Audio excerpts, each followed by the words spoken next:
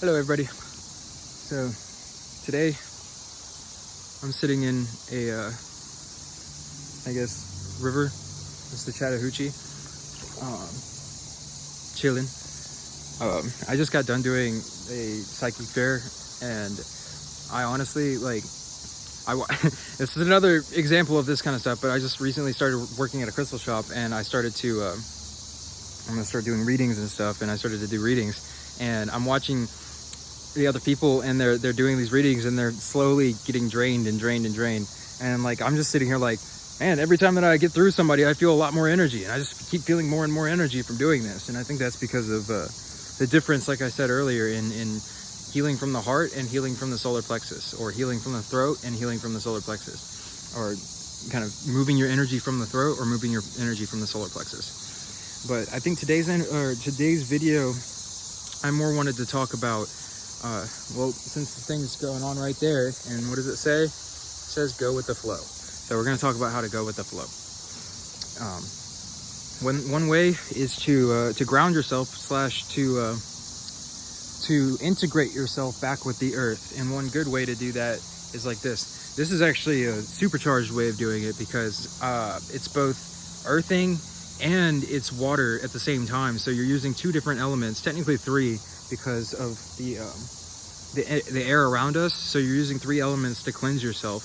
And because rivers act like an energetic kind of flow, so they take stagnant energy and they move it downstream. And they say that ghosts and spirits and things can't move over a river, and they can't attack you while you're in the water, running water, because they can't move into the stream of energy like that, because it'll take their essence and it'll flow it downstream and it'll dissolve them. So it's almost like sun to a vampire, if you want to call it like that. So it's like a supercharged way of cleansing your aura really, really quickly.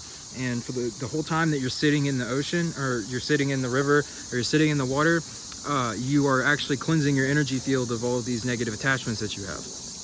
That's the first way to go with the flow.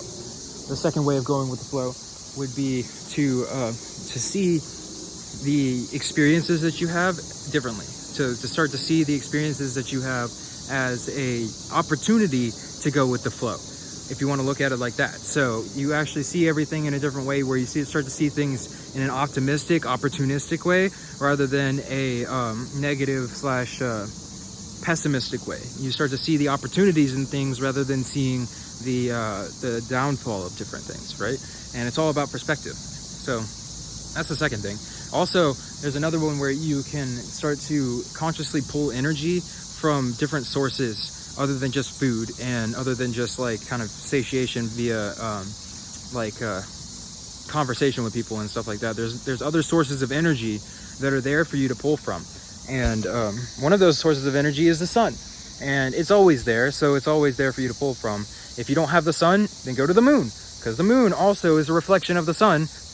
It's reflecting the sun's energy, so you can take the sun's energy just as much as you can from the sun, from the moon. It's just a little bit different because of the energy of the moon as well, and it's more feminine. The sun's more masculine, so the sun's gonna more directly kind of feed you that energy immediately and kick it in as a physical sensation. The moon is going to more bring your emotions into balance. So you can do sun gazing during the day to get your physical energy back in line, and to bring your physical energy back up to spec, if you want to call it like that. And also to bring yourself, like for me, it's emotional energy as well. It brings me this positive joy and love, and it activates my solar plexus like crazy. And then to moon gaze, you can use that to actually help to balance your emotional centers and your emotional side. And you can use it to let go of a lot of negative emotion that you've been holding on to, and a lot of things that are kind of baggage that you just don't even realize is there. And you can use the moon's energy to actually release that. And for a lot of people, what it'll feel like is a real release of emotion, where you can actually start crying and start seeing beauty in things that you never saw before. And that's just because you're releasing these kind of built up emotions and blockages. When I say blockages, what it literally is you're taking an emotion that you feel from the heart, right? Like you feel something from somewhere else, you feel that, and then you put up this kind of energetic thing that keeps the energy from kind of moving into the heart, because the heart is where you feel other people's energy, and you've shut yourself down to the point where you don't want to pick up that much energy from other people, because you realize, like all the stuff about the oh, I want to keep my energy to myself and all that kind of stuff. So you literally like put up a blockage, and then you call yourself that you tell yourself that you're sitting in your heart, but actually what you're doing is you're sitting in this solar plexus energy, and you just blocked it up so much that you convince yourself that you're sitting in the heart. For some people, that may just be a couple of specific people that I'm talking to, and I'm sure that you'll pick it up whenever you know who you are. But for others, what being in an open heart feels like is to be able to feel all the emotions of other people as if it was you, but also at the same time to sit in your own energy and to sit in your own kind of like knowledge. So you feel the emotions and they come through you, but you don't hold on to them. That's the difference right there, is that's why people get so overwhelmed whenever they're sitting in their heart, is because they take in the emotions, but then they hold on to them as if they're theirs, and they hold on to them, and they basically take them on for themselves and act as if they are their things, because they haven't looked at these aspects of themselves yet, and they haven't recognized them as being emotional blockages that they put up for themselves, and everybody does this at some point, because eventually on this planet things get really, really intense, and you just got to shut down. But the point is to actually be able to kind of rev back up and to be able to feel all of these emotions without being triggered by any of them. That's what sitting in the heart really means. That's what being in the heart of Christ, or the Christ consciousness, or the heart of the Buddha, or Krishna consciousness, whatever you want to call it. That's what this is to be able to feel and be sensitive to everything around you and all the energies around you, but to not hold on to them, and to let them go no matter how good or how bad they are. You feel them, and then while they're there, you appreciate them and you give gratitude for them, but then you let them go whenever they're trying to leave. That's the difference, is that you don't feel like, oh my God, this emotion that I'm feeling is so amazing that I just want to hold on to it forever. And then you continuously chase after that same emotion over and over and over again. That is called negative cycling and karma. And that all that does is just cause you pain and suffering, because you're never reaching that dragon that you're searching for.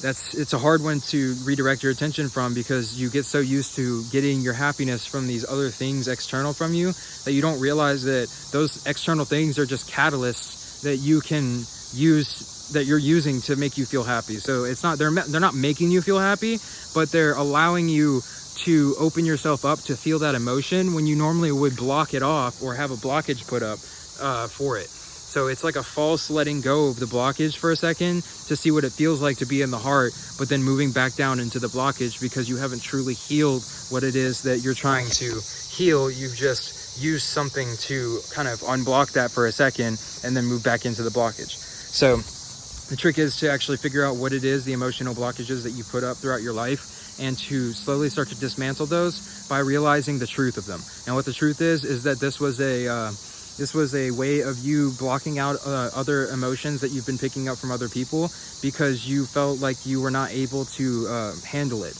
And what you need to realize is that that emotion that you're picking up is not going to sit with you forever unless you hold on to it. So the only reason that you were so sensitive and it was bothering you so much was because you were hypersensitive, and you're hypersensitive because you're holding on to all of the emotions that you're picking up rather than just feeling them and then letting them go. So stop holding on to other people's emotions, and also start to choose which emotions that you want to feel.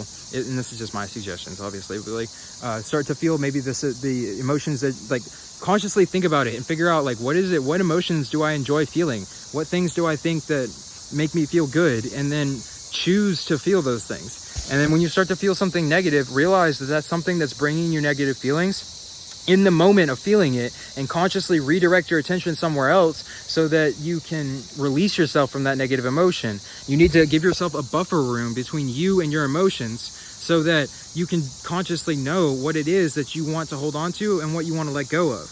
You have to have that buffer, though, between you and that thing.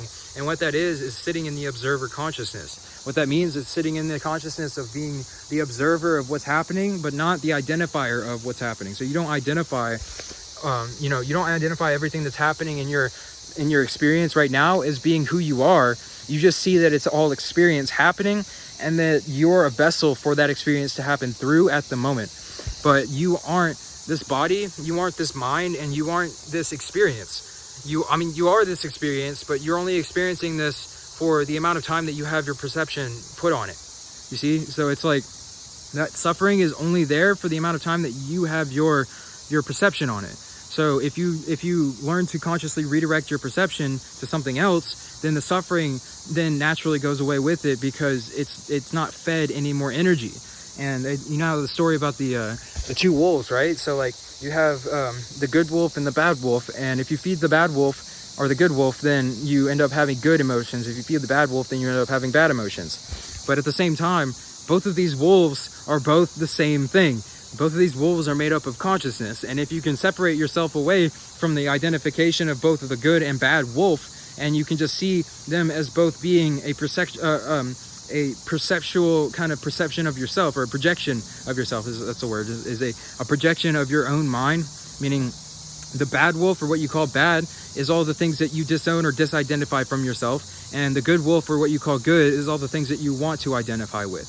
But in reality, you are all of those things anyways. So if you can like let go of this identity and this kind of problem that we have with continuously needing to attach ourselves to different things, and you can just allow things to happen and allow things to come up in your experience, then it's going to be much easier for you to integrate all of the things that are happening, because you no longer are stuck with your energy going off in all these different directions, because you're constantly identifying yourself with different stuff. You see? So like you want to make sure that you have the buffer room between you and your emotions, so that you can actually gain what you need from them and stop experiencing them over and over and over again cyclically. And the buffer room does not come from taking in a substance, and it doesn't come from people. It doesn't come from anything external from you. That buffer room only comes from your understanding in your own self that you are projecting everything for yourself, and to be able to see that all of this projection is happening from you. And if you aren't the body, then you have to be something else that's beyond the body, and you have to be this energy that it's beyond the body, and it's something that's more than the body, and it's something that it encompasses more than just that. Like you are the energy that makes up this entire experience, because this experience is yours. You see, like this whole experience is yours, and it's for you, and that's really the beauty of it too. And it's like I'm sitting here looking at myself, telling myself that this is my experience, and it's almost like a part of me doesn't want to believe it, because it's so beautiful that I don't know, I would make an experience like this, like it's mind-boggling really, because it's just such a profound beauty that's there, where you start to see that this is literally a projection of your own beauty everywhere, and everything is made perfectly by the hand of God, which is also your hand, because God is kind of working through you like that. So his hand is your hand. Like this hand is the hand of God, and also your hand is the hand of God, and we're all different kind of like fingers on the hand of God, you know, and God being source consciousness, or this full energy that we're made out of. Cool. All right, so I think that's good for today, and I'll talk to you later.